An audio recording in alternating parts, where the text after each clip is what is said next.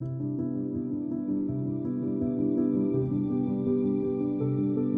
everyone, this is Dan Stifter, Aitkin Public Schools Superintendent. On the November 3rd ballot, Aitkin Public Schools is proposing a capital projects levy. Our primary goal for this levy is to help us fund our technology costs and our transportation needs for the district. The levy is a 10-year levy and it will run at $500,000 a year. In our classroom, we utilize a variety of technology pieces. The first being our Promethean or Smart Board. And we use that as an interactive board. We also are one-to-one with iPads. We utilize things like IXL Math, IXL Language Arts, Reflex Math, SumDog. We use an online system, an LMS system called Canvas.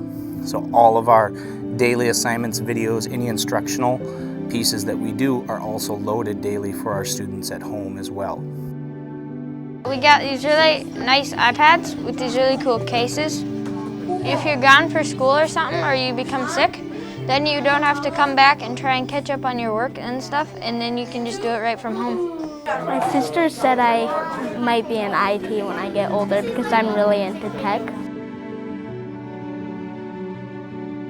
We can take trips across the world, virtual field trips and things that, some of our students in rural Minnesota wouldn't necessarily have the opportunity to do. Technology allows us to be able to do those things. Some of the online platforms and resources that teachers use for instructional practices, we use it for interventions to help kids who might be struggling in an area. We have, 5-year-olds that are coding.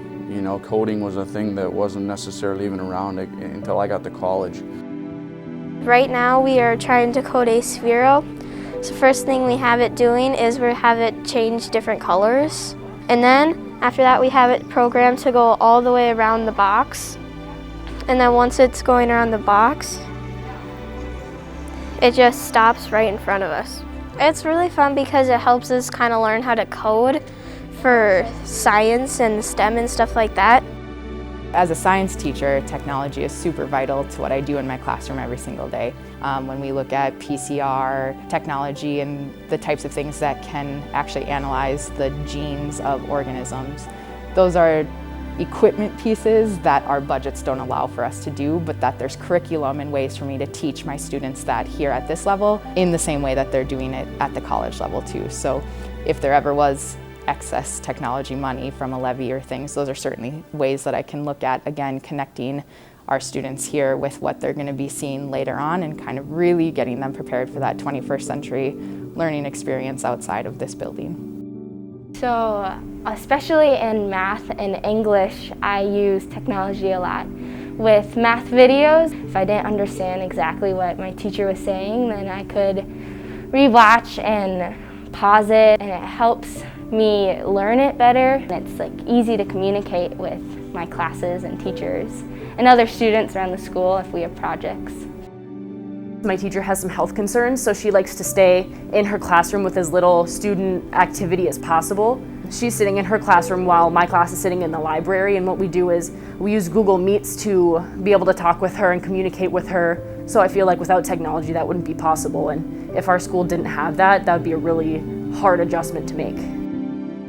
Well, the nice thing about the computers in the classroom is now when I provide projects or lessons for students, if there's an opportunity for them to have more choice in how they present that they've learned the information, students will often come up to me and say, hey, I don't want to do necessarily this activity. I've got a much better way to communicate that. I'll definitely approve it. Like, all systems go ahead. And then often I'll have the student teach me how to use that. So the students are teaching us at the same time how to better utilize the computers, finding resources that we can share as a class.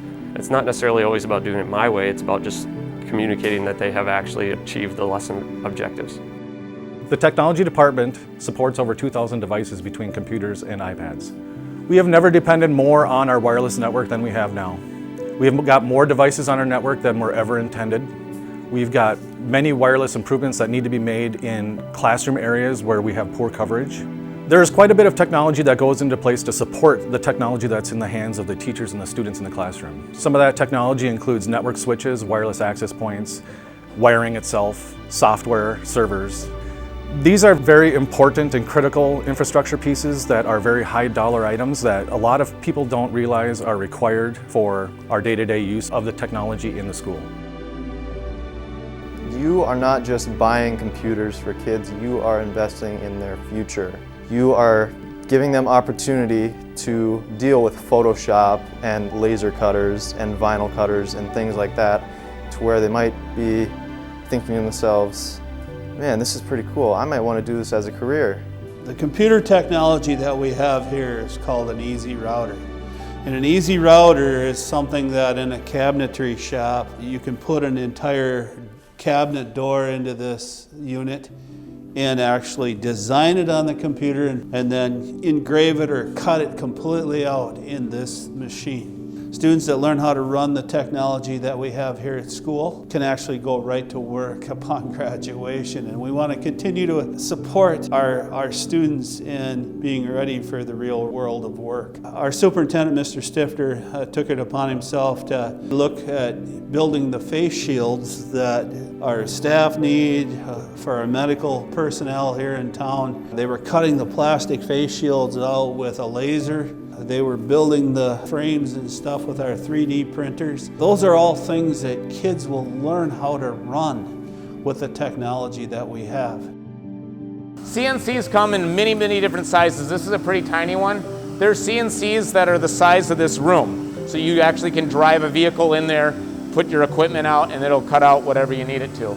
So basically this is the opposite of a 3D printer. A 3D printer would add material. Here you're going to start with a block of material and take some of that material away. So this is our plasma cam where the CNC was 3D, this is 2D. So you're just using flat, usually sheet metal or plate steel, and you're cutting out different shapes and sizes into the plate steel. The last name of this kid was Franzen, and he put Minnesota, Fish, Lake Superior, and that's the location of his house. The potential for both these machines is huge. Like just 2 days ago, I had a business person ask if the school would manufacture brass bushings for different tractor parts. And I'm really excited about that. Hopefully we can get something going where we can actually start selling products out of the school.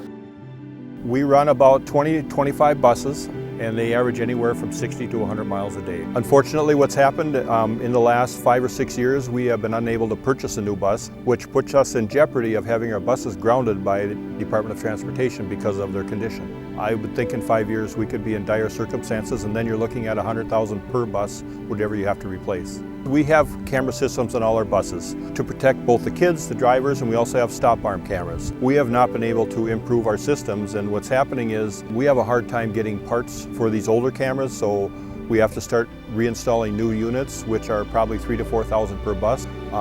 The other one thing on the buses is something that's called a auxiliary heater system, which were not put in when we purchased the buses, and we have 5 of them that need it, because what happens in the winter when it's 10 or 15 below zero, you either have to run the defrosters or the heaters for the kids. You can't run them both because there's not enough power there. It's not a good feeling for a driver. It's kind of scary on the road, actually. If this levy passes, your taxes will only increase by about $2 a month.